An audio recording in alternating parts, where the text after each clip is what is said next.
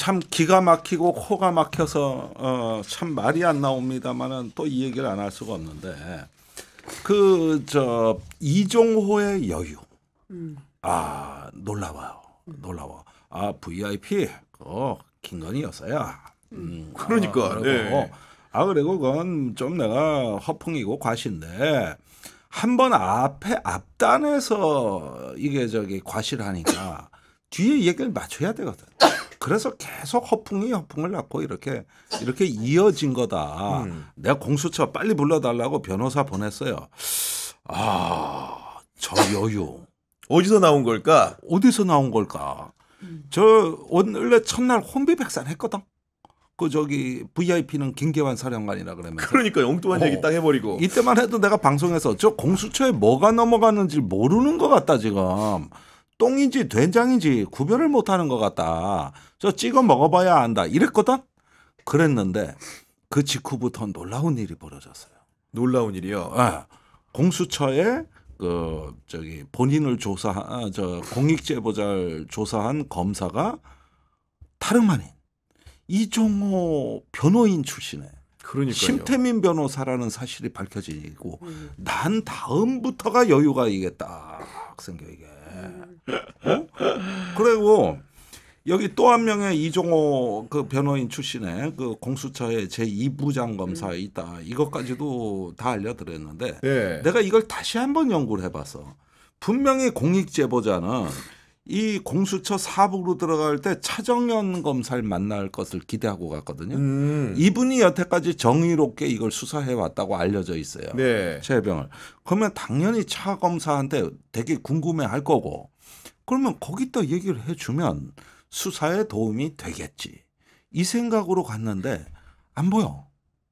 그리고 듣도 보도 못한 심태민 변호사가 자기를 조사하는데 이상하게 공수처 검사들이 다 바뀌었나 잘 모르겠어. 그래서 사정을 알아봤습니다. 그 차정영 검사가 6월 5일부로 그 승진을 해가지고 수사 기획관으로 자리를 옮겼습니다. 수사기획관은 지위가 높아진 거네요. 높아진 거죠. 이게 네. 차장 밑에. 그러니까. 이제 1, 2, 3부 어디에도 소개 안 되고 전체 지휘총괄 기획관이 된 거죠. 네. 그리로 빠져서 현업 수사에서 손을 뗀 거야. 이건 뭐야?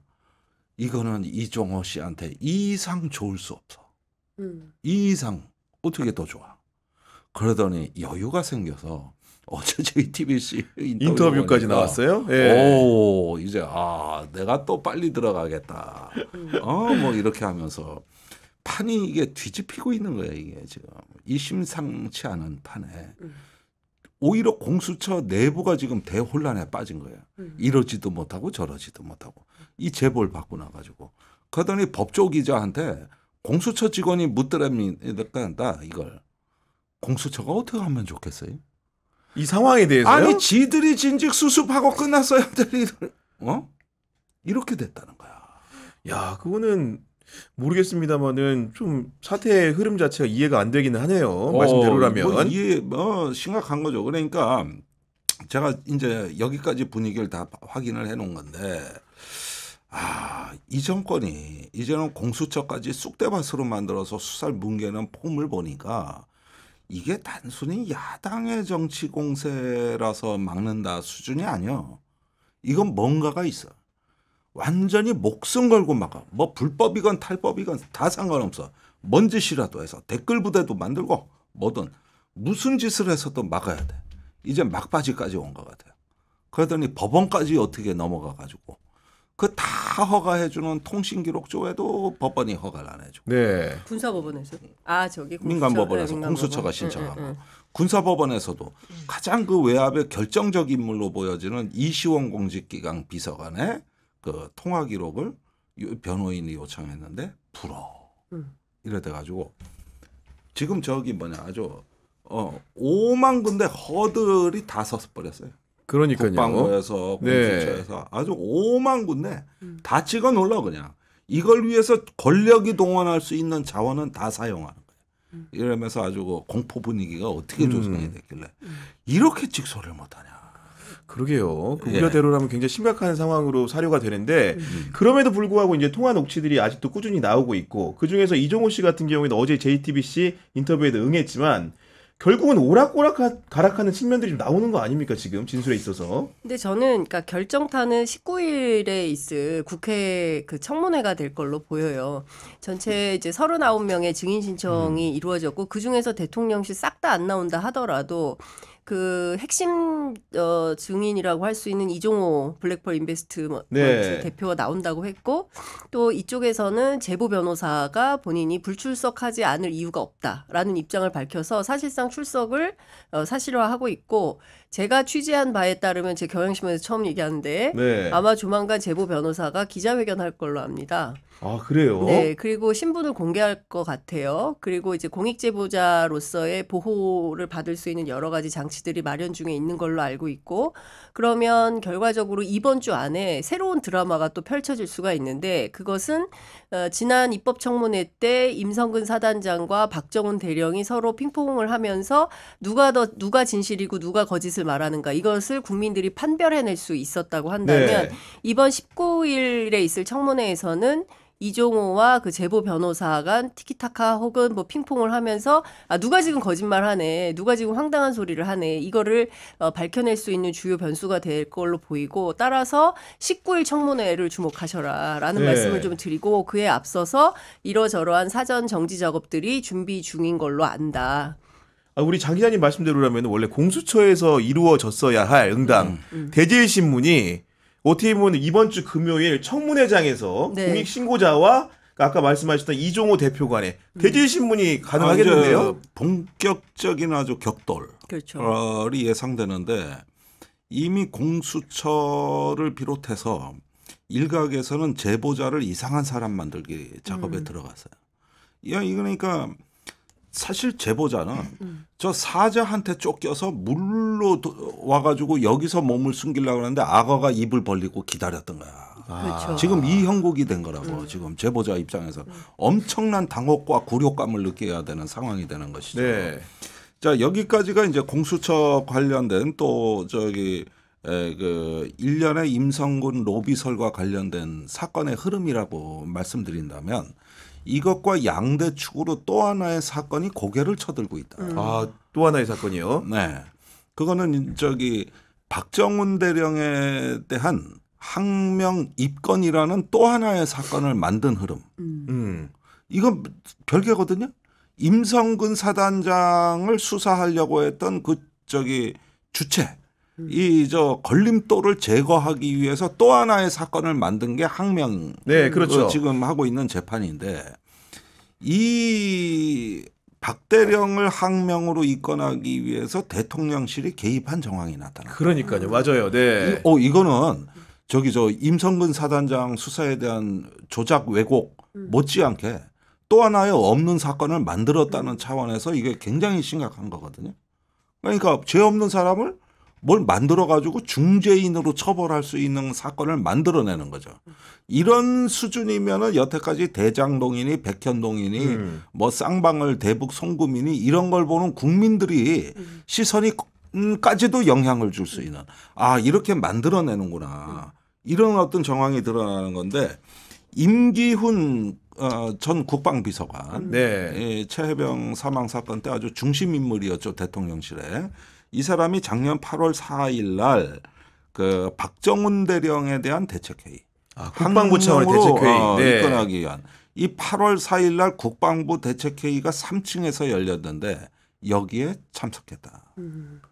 야, 근데 만약에 이 수사를 논의하는 자리에 예를 들어 이런 거잖아요. 뭐 검찰총장이나 법무부 장관이 수사와 관련된 회의를 소집했는데 그 예를 들면 수사 뭐 예를 들면 대상일 수 있는 사람이 대통령실에서 참여를 했다. 뭐 이렇게 봐도 이상하지 않은 거 아닙니까? 흐름 자체가. 그렇죠. 네. 아예 대통령실이 사건을 만든 거예요, 이거. 네. 거기에 김동혁 국방부 검찰단장도 참석 멤버였다. 이건 이종섭 장관 증언이거든요. 네. 야, 이게 바로 어떤 그 하나의 그 조작 왜곡 사건을 저희 순탄하게 이걸 갖다 순조롭게 하기 위해서 걸림돌을 제거하기 위한 또 다른 대책회의가 있었다는 얘기고 이게 8월 말에 음. 박정훈 대령 구속영장 신청으로 이어졌던 겁니다. 네. 그런데 그때 박 대령이 구속됐더라면 사건이 크게 우리가 진실규명에 지금 규명된 진실에도 미치지 못하고 엄청나게 지장을 받을 뻔했어요. 아마도 구속시켜놓고 그냥 완전히 그냥 초토화시키려고 그랬겠죠. 했던 네. 건데 지금에 와서 보니까 그때 구속 안 된 게 천만다행이에요. 그렇죠. 그래서 일단 대책회의의 한 계획이 그 차질을 빚은 거거든. 아니 근데 수사라는 거는 사실 독립적으로 외부에 관여 없이 이루어져야 되는데 국방부 검찰단장이 네.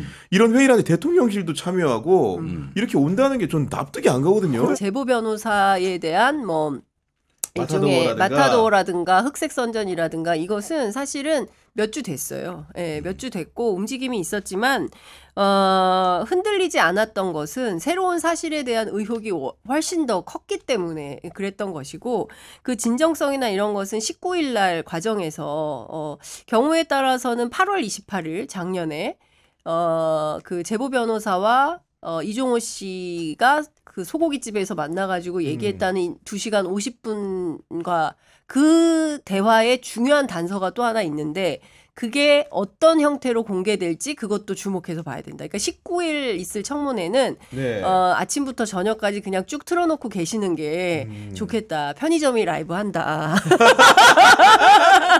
깨알홍보. 예, 이제 말씀을 좀 네. 드리고 저희가 또 현장으로 갈 겁니다. 예, 새벽부터 대바람부터 가가지고 국회에 딱 진을 치고 앉아서 현장을 지키겠다. 현장의 달인. 뭐 이런 말씀을 좀 드리고요. 네. 그리고 제가 하나 꼭 드리고 싶은 당부 말씀이 있습니다. 민주당과 야권이에요. 19일 날 이 청문회가 굉장히 중요합니다. 원래 국정조사도 좀 해야 되는데 일단 청문회 2차례 한다는 그렇죠. 거잖아요. 그래서 이 청문회를 그냥 흘러보내면 안 된다. 그리고 지난번에도 사실은 언론 기사 나온 것들을 가지고 추궁하는 수준이었어요. 그러니까 새로운 사실을 국회의원들이 밝혀내지 못했습니다. 네, 그 부분은 좀 아쉬웠죠. 예, 그리고 그 부분에 대해서 자성도 있었어요. 박지원 의원 같은 경우는 많이 아쉬웠다. 한 방이 없었다. 세순 더 노력하겠다. 이제 이런 말씀하셨는데 이번에 또 그러면 곤란하다. 그러니까 지금까지 언론 보도에 나오는 것 이상으로 국회의원은 자료 제출 요구권도 있고 막 이렇잖아요. 그렇죠. 이제 그런 것들을 통해서 민주당의 실력을 좀 보여주시라. 예, 그렇지 않으면 역시 뭐 똑같다라는 비판을 받을 수밖에 없을 것 같고 또 국민의힘이 얼마나 공박을 하겠습니까? 의사진행 발언하면서 방해하고 뭐 이런 거 하겠죠. 그랬을 때 얼마나 지혜롭게 슬기롭게 넘어갈지 저는 야당 국회의원들이 어느 정도나 집단지성을 발현시켜서 얼마만큼의 실력을 보여주느냐에 따라서 지금 민주당의 지지율이 정치욕은 하락이거든요. 이런 거를 조금 올릴 수 있는 기회로 만들어야 된다. 저는 그런 말씀을 좀 드리고 싶었습니다. 지금 뭐 상설 특검이냐 최혜병 특검이냐 이거 가지고 지금 상당히 공방전을 하고 있는 걸로 알고 있어요. 뭐 바깥에 얘기는 안 하지만 그 지도부 안에서 또 법사위와 비법사위 간에 갈등이 있는 걸로 아는데 이거 갖고 싸울 때가 아니다 지금 당신들이. 그렇죠. 예, 민주당 의원들이 좀 정신 차려서 일을 해야 된다. 아니 이 뭐 말씀 진실의 좀 문이 드리고 열리면 싶습니다. 뭐 특검은 저절로 되는 거 아니겠습니까? 사실 그렇습니다. 생각해보면. 네. 사실 김종대 의원이 네. 주요 정당도 아니면서 제일 열심히 싸워요. 근데 지난번 법사위는 처음이고 난 처음 치고는 잘했다고 봐요. 그 정도면은 준비 기간도 짧았는데 상당히 훌륭하고 잘했어요. 다들 열심히 했고 그런데 이렇게 줘 패는 거에서 뭐가 나오진 않아요. 얇게 썰어줘야 돼. 그래서 회칼이나 작두를 갖고 상임위장을 가시라. 이거는 몽둥이로 두들겨 팬 게 아니라 이제 센티메타 단위로 슬라이스. 정밀하게. 네. 썰어줘야 돼. 네. 이렇게 회를 떠. 네. 이렇게 해가지고 한 똠 한 똠 들어가야 되는 거예요 이제는. 그런데 이제 저번에 얼굴도 알릴 만치 알리셨고 이제 면접 시험은 다 보셨기 때문에 그런데 연연하지 말고 이제는 디테일을 축적하는 시간, 축적의 시간이다. 이렇게 보셔야지 갈 길이 멉니다 지금. 네. 이거 하루 아침에 안 밝혀져요. 나는 저 오물통이 된 공수처만 보더라도 이거 뭐 빠른 시간에 뭐 끝을 보기엔 쉽지 않겠구나. 예감이 그러니까요. 와요. 그래서 다시 요즘 제가 호흡이 길어졌어. 이제 다음 주에 뭐 터집니다. 곧 터집니다. 이러는데 요거 약간 조금 시간이 걸리겠습니다. 네, 이렇게 약간 지금 이 분위기를 읽고 나서 내 말투가 좀 바뀌고 있거든. 그래서 그런 면에서는 이제는 잘게 썰 때다.